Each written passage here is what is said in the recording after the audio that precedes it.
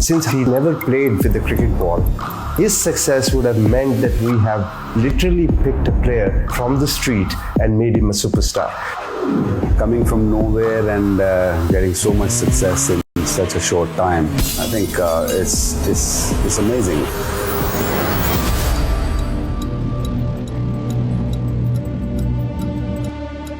मैं जिस माइंडसेट से खेलता हूँ वो एक ही माइंडसेट है फास्ट बॉलर मेरे माइंड में कि आपका एटीट्यूड और आपका एग्रेशन ये आपके लिए बहुत इंपॉर्टेंट है फास्ट बॉलर। अगर आपके अंदर एटीट्यूड अगर फास्ट बॉलिंग का नहीं है तो आपके अंदर ज़्यादा एग्रेशन नहीं है फास्ट बॉलर का तो आपके फास्ट बॉलर मत बनो। This is the story of Haris Rauf.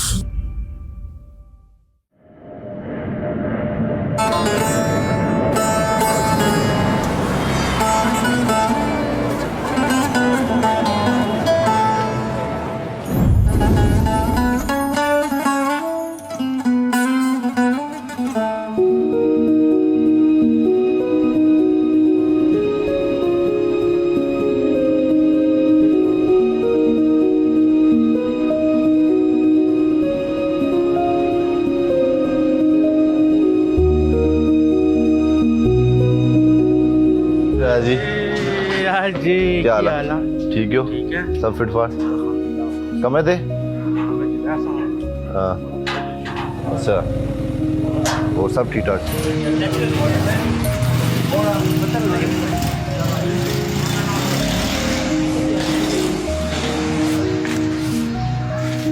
मैं 4-5 साल का हूँ या 6 साल का आप कह दें तो तब से मैं हर तरफ क्रिकेट खेलना, कभी छत पे खेली, कभी मोहल्ले में खेली, कभी एक जगह से हमें रोका फिर हम दूसरी गली में चले जाते थे, दूसरी गली में रोकते तो वहाँ से हम तीसरी गली में चले जाते थे, वहाँ से ख़त्म किया तो अपनी छत पे आ जाते थे। छत पे एक एंटी होती थी वो हमें मना करती थी कहती यहाँ से यहाँ पे मत खेलो, उसके सामने दरवाज़ा था तो वहाँ पे ठा करके बॉल लगती थी तो उठ के आती थी और गाली गाली निकालती थी, हम भागते थे वहाँ से। कड़ा बाल रहा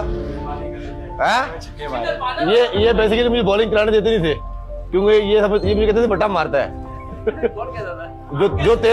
तेज बॉलर होता था वो कहते थे बट्टा मारता है क्योंकि खेलना नहीं जाता था इनसे।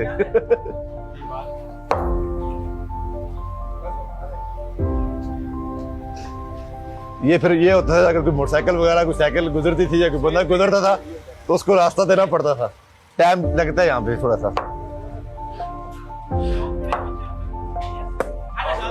बड़ा आउट हुआ, बिचू गई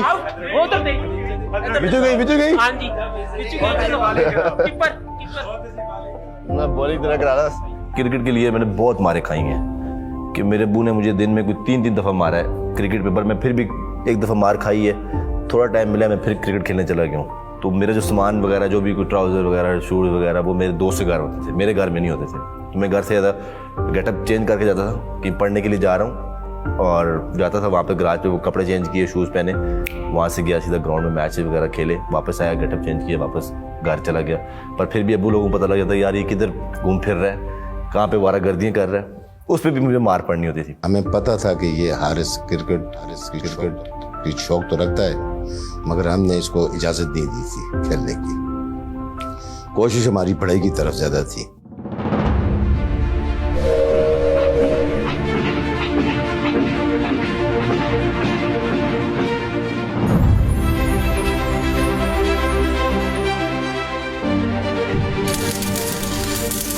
One of 7 children, Haris was the eldest son of a welder, whose main aim was to provide food for the family. Anything beyond that was a luxury. Education was considered by the family to be the only route out of this struggle. Pakistan में तो सबसे बड़ी struggle क्या है वो financially तो है कि जब आपके प्रॉब्लम्स हों, रहने के प्रॉब्लम्स हों, खाने के प्रॉब्लम्स हों, तो यही तो एक स्ट्रगल होती है। जितनी वो हमें सैलरी मिल रही थी उसमें बमुश्किल हम घर ही अपने बच्चों के पेट ही पाल सकते थे। ये घर था मेरा और इस घर में मेरी पैदाइश है और यहीं से बड़े हुए हैं और इन्हीं गलियों में मैंने खेला है। ये मेरे कमरे की खिड़की है, यहाँ पे मैं रहता था। 3 चाचू थे और एक हमारे अब्बू थे, तो अब सबकी शादी होनी है, फिर एक घर होना, तो उसमें अब्बू ने एक कमरा हमारे पास बड़ा होता था तो वो अब्बू के पास होता था। बाकी की शादी जब नहीं हुई थी तो हम वहाँ पे रहते थे। तो एक की शादी हुई, अब्बू ने वो कमरा छोड़ा, दूसरा लिया, छोटा लिया, तो करते करते करते कमरे सारे, जब सब मेरे चाचू की शादी हुई तो अब्बू ने सारे कमरे उनको देना शुरू कर दिए जो अच्छे कमरे होते थे। तो इवेंट्स के हम वहाँ पे आ चुके थे कि हम किचन में भी सोना शुरू कर दिया था, कि ऐसे भी हालात थे हमारे। मुझे पता था कि हमारे जैसे लोगों के बच्चे आगे नहीं जा सकते। So the question remained, could cricket ever be their way out? Under 18, under 16 इस चीज़ का मुझे कोई इल्म नहीं था कि अंडर 19 भी होती है, अंडर 16 भी होती है। मुझे कुछ नहीं पता था इसके बारे में। जब मैं डायमंड ग्राउंड के पास हम शिफ्ट हुए थे तो वहाँ पे फर्स्ट क्लास क्रिकेट होती थी, तो तब मुझे पता चला कि यार हार्ड बॉल मैंने देखी लाइव क्रिकेट, यार हार्ड बॉल क्रिकेट भी होती है। तो मैं वहाँ पे जंगले पे पास खड़ा होता था, सामने फर्स्ट क्लास क्रिकेटर खेलते थे, आते थे इंटरनेशनल मैच प्लेयर आते थे, उनको देखता भी था। बट ओबियसली बात है, एक घर से स्पोर्ट नहीं थी, वो क्लब में जाके नहीं खेल सकता था, टेप बॉल ही खेलता था। बट टेप बॉल ऐसा खेलता था कि एज अ प्रोफेशनल खेलना शुरू कर दी।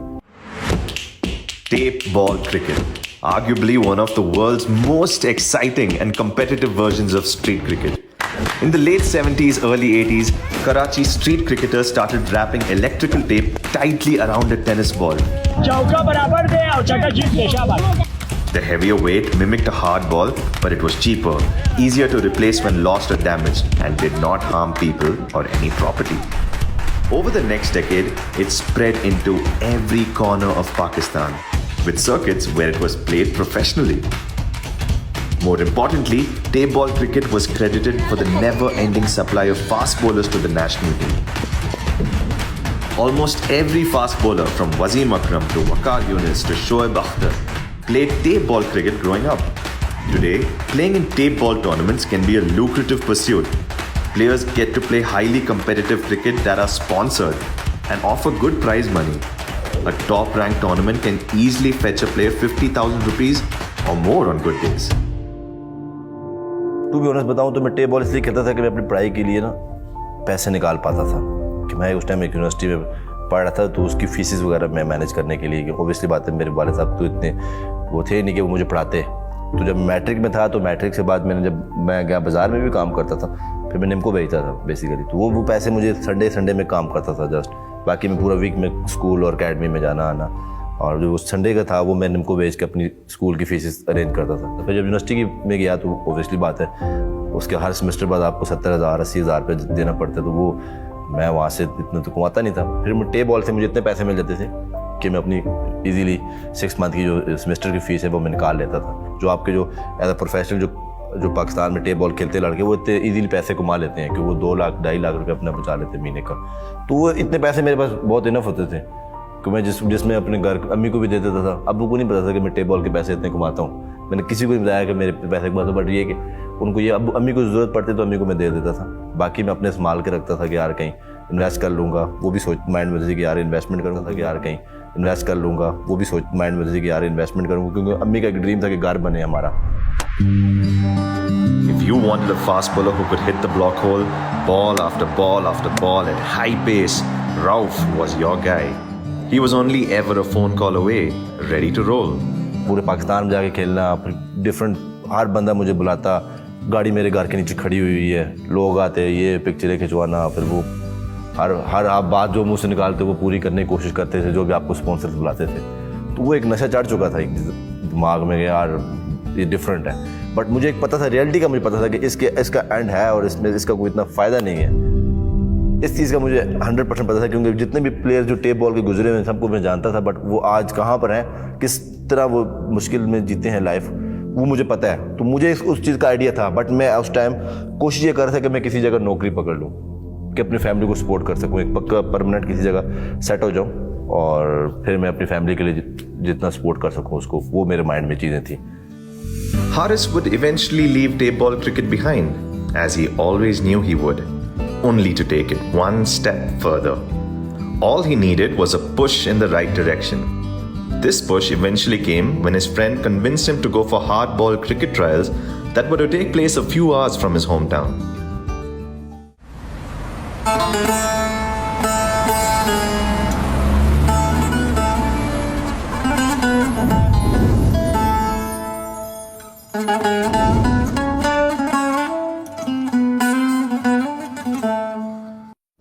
मेरी मम्मी अब्बू किसी को भी नहीं पता था कि मैं यार ट्रायल देने जा रहा हूँ। बस सुबह उठा, नाश्ता भी नहीं किया, बस बैग उठाया, शूज़ पहने, स्पैक्स भी नहीं थे, जो जिसमें टेप बॉल में जो बॉलिंग करता था ग्रिपर्स में, बस वही उठाए और वो उस पर चल पड़ा। फिर जब वहाँ पे पहुँचे तो 11 साढ़े 11 के राउंड अबाउट इतने कोई बज चुके थे। तो उस टाइम जो से गेट्स वगैरह बंद कर दिए, वो हमें कहने लगे कि भाई टाइम ख़त्म हो जाएगा, अब आप अंदर इंटर नहीं हो सकते, अंदर बहुत ज़्यादा बच्चा चला चुके हैं। तो फिर हमने कहा यार अब इतनी दूर से आए हुए तो कहीं रास्ता निकालते हैं।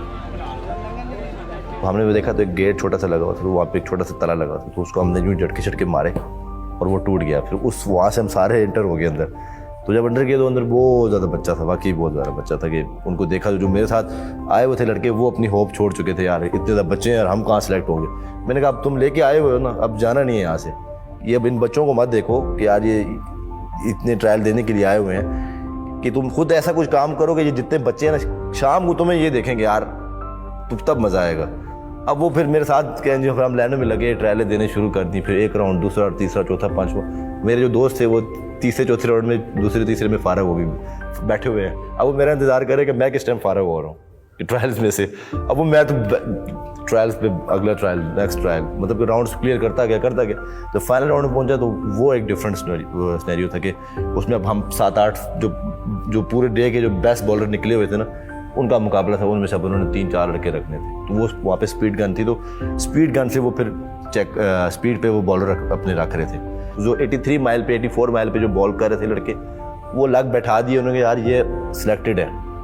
जब मैं बॉलिंग के लिए आया तो मैंने जब पहला बॉल किया तो वो 88 माइल पे किया मैंने। तो फिर ताहिर भाई थे, अल्लाह उनको बख्शे, वो ताहिर मुगल हमारे कोच थे, तो उनके पास वो स्पीड गन थी। तो उन्होंने जब देखी तो उन्होंने कहा ये तो 88 माइल आई है। तो उसमें यार मशीन ख़राब है या कुछ ऐसा कुछ हो गया। तो फिर उन्होंने आके भाई को बुलाया कि यार ये आके भाई इसको चेक करे ज़रा, ये इसकी स्पीड इतनी आई है। फिर आके भाई ने मुझे बॉल दिया कि मैंने कहा दूसरा बॉल करो। तो जब मैंने दूसरा बॉल किया वो मैं 90 माइल पे कर दिया। तो फिर आके मैंने कहा तीसरा बॉल करो, तो वो तीसरा जब मैंने बॉल किया वो 92.3 माइल पे बॉल था। तो फिर आके मैंने कहा बस तुम तो ज़रा साइड पे हो जाओ। जब आपको एक रॉ टैलेंट मिले जो कि 92 माइल्स पे बॉल कर रहा है, वो मोमेंट था, मैंने कहा चलो जी मकसद हल हो गया पूरी खबारी का। The sheer pace at which Haris consistently bowled at in the trials was enough to get him a contract with the player development program that was launched by PSL team Lahore Qalandars. It was a never look back moment for the 23-year-old Pindi boy. Gujranwala से पाकिस्तान वापस इस्लामाबाद जा रहा था, तो आप मेरे समझे कि मेरे फ़ोन, मेरे पास मेट्रोला का मोबाइल था, पता नहीं कौन सा मोबाइल था, तो वो फुल चार्ज था। बट मुझे इतनी कॉलें आई कि फलां जर्नलिस्ट की कॉल, तो वो इतनी कॉलें पिक करके वो मेरी बैटरी लो होगी घर जाते हुए। तो मुझे यार, मैंने कहा यार ये पता नहीं क्या हो गया, मैंने क्या कर दिया जैसा कि मुझे लोग ये सब देख रहे हैं। तो फिर उससे एक मुझे फील हुआ कि यार एक अपॉर्चुनिटी मिल रही है, इसको जाने नहीं देना। तो इसीलिए फिर मैं टेप बॉल छोड़ी। तो वो मुझे उन्होंने बहुत कॉलें की, हम आपको इतने पैसे देंगे, हम इतने पैसे दे देंगे। मैंने कहा मेरी टेप बॉल ख़त्म हो चुकी है और मेरा माइंड हार्ड बॉल में चला गया। जब तक ये क्रिकेट गली मालों में खेलता था उस वक्त तक तो मैं इसे इजाज़त नहीं देता था कि तुम खेलो। जब ये लाहौर कलंदर के ट्रायल से वापस आया तो ये इसका नाम जब आया मीडिया के ऊपर, तो उसके बाद मैंने कहा अब तुम्हारी ज़िंदगी क्रिकेट शुरू होगी, अब तुम खेलो जितना खेल सकते।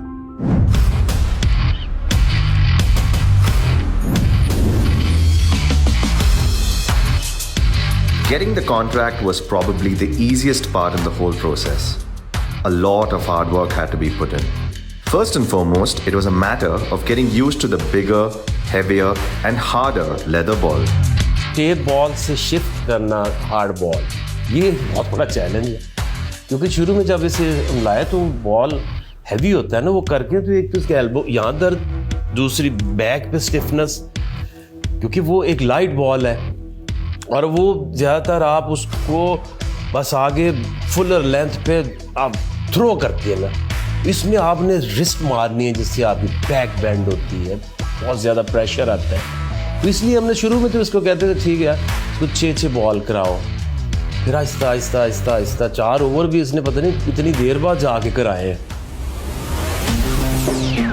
Level 2 of this transition came with a new fitness regime and a strict diet, tailor-made for a sub-6 foot fast bowler in the making.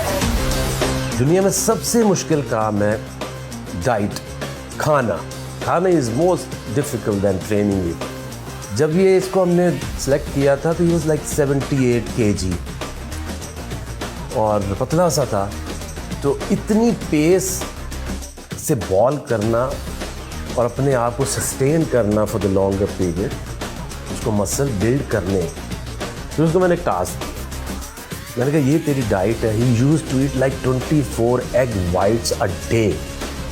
उल्टियाँ आती हैं अल्लाह की तरफ से। तो right training with right food, और 1 साल में इसको टास्क दिया कि तुमने 82, 83 होना है। मैंने बहुत सारे क्रिकेटर के साथ काम भी किया है, उनके साथ खेल आती हूँ।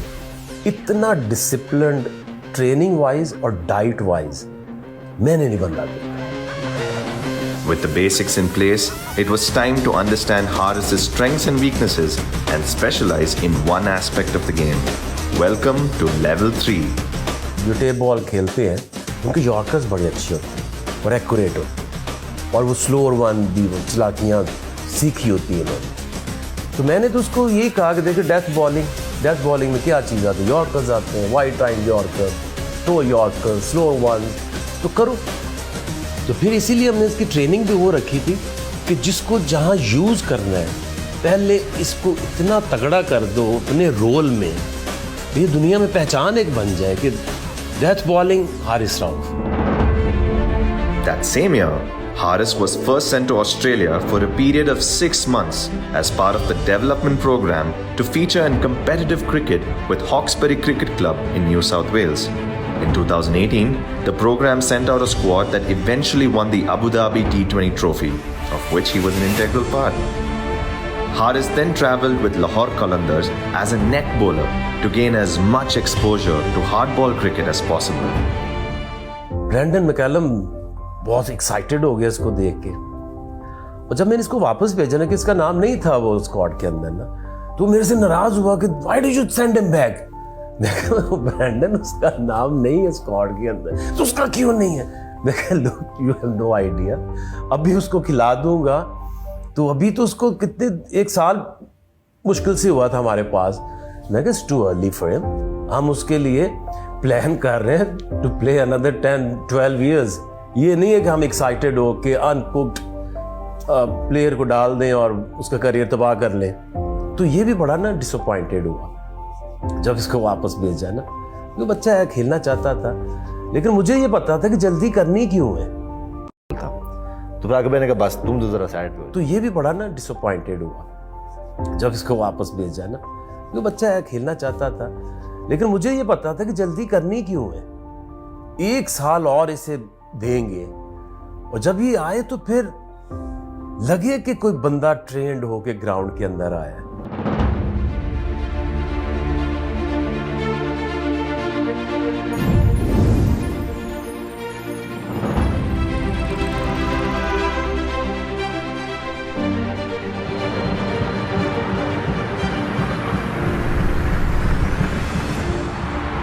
Two years of solid hard work and determination took Haris to one of the biggest moments of his life. He was one of the 11 to take the field for Lahore Qalandars, a team that boasted some of the international circuit's biggest names.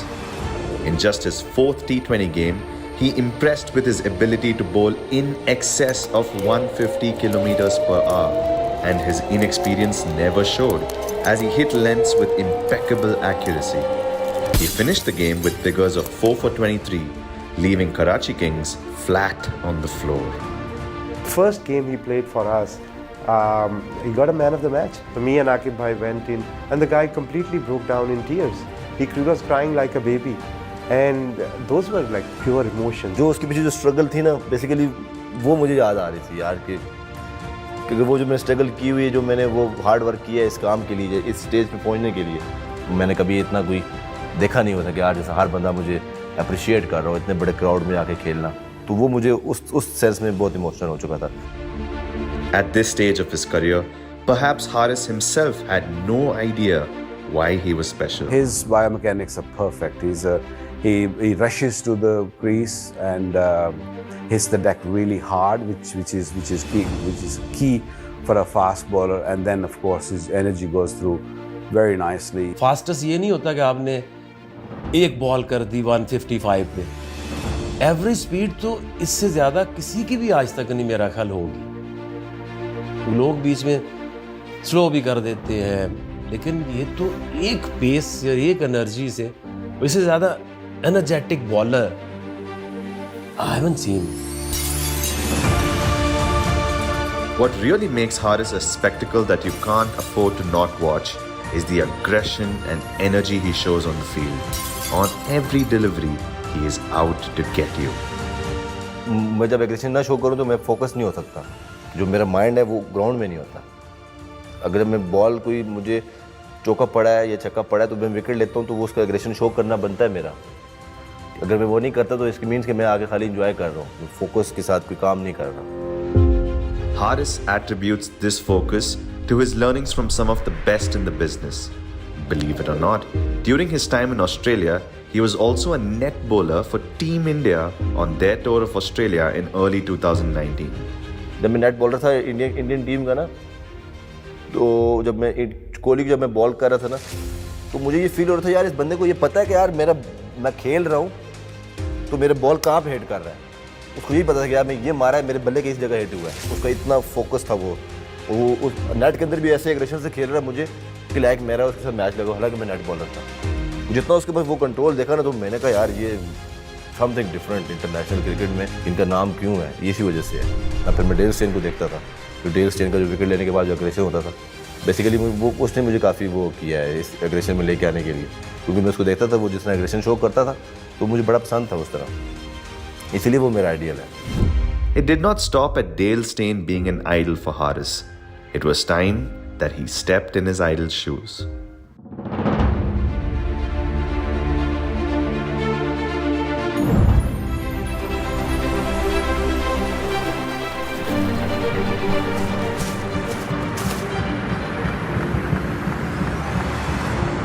One fine morning, I got a message from Nick Cummins, and he said that, Samin, can you call me? And I called him immediately. It was 6 in the morning, and he said that I have an opportunity where Dale Steyn, who was supposed to arrive in Big Bash, got delayed because of some flight reasons, and there is an opportunity to have one game because they were looking for Dale's replacement. So he said, do you think Haris will be interested in that? Without even asking Haris, I said yes to Nick.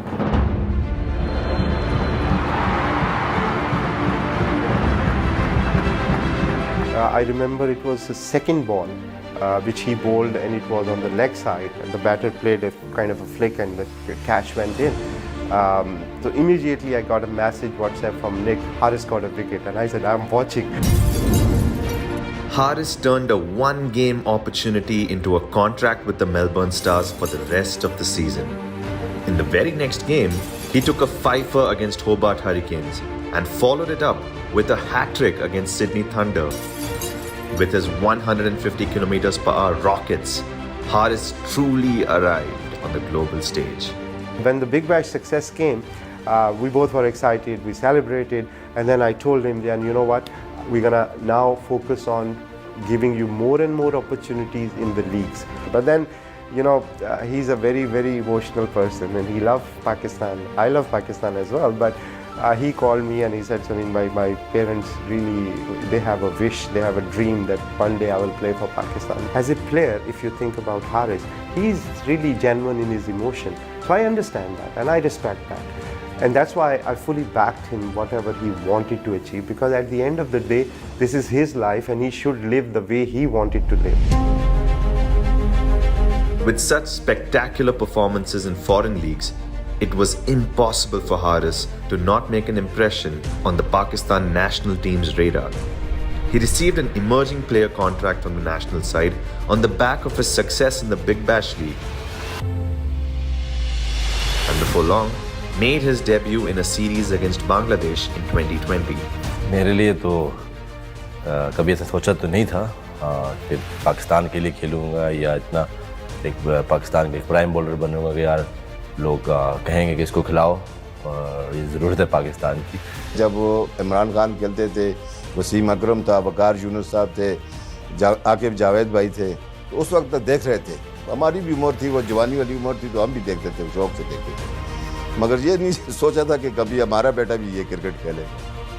अब इसको मैं tips भी दे रहा हूँ कि यार इस तरह नहीं, इस तरह बॉलिंग किया कर. Now there's no denying that Haris Rauf is one of the first names on the team sheet. He has become a white ball fixture whose consistency at the death has proved invaluable for Pakistan and his clubs. Fortunately for them, his journey has only just begun. Cricket के अलावा भी अल्हम्दुलिल्लाह हमारे मुकम्मल ख्याल रखता है, ये हर चीज़ का एहसास है इसे, पूरे घर वालों का ख्याल रखता है। तो इससे माँ बाप को यही खुशी होती है कि जब उसकी औलाद उसके लिए अच्छी बन जाए तो माँ बाप फ़ख्र से सर उसका बुलंद रहते हैं। मेरी फैमिली खुश तो मैं खुश हूँ, क्योंकि मेरी फैमिली बहुत सुकून में है। जो मेरे मदर की ख्वाहिश थी घर का, मेरा घर हो गया, मेरी गाड़ी होगी। तो जब मैं बड़ी गाड़ी लेके गया था जैसे पहली दफ़ा, तो वो गाड़ी देख के रोने शुरू कर दी कि यार मेरी तो ये औकात भी नहीं थी कि मैं इस गाड़ी में बैठूंगा। इससे बड़ी फ़ख्र की बात नहीं है।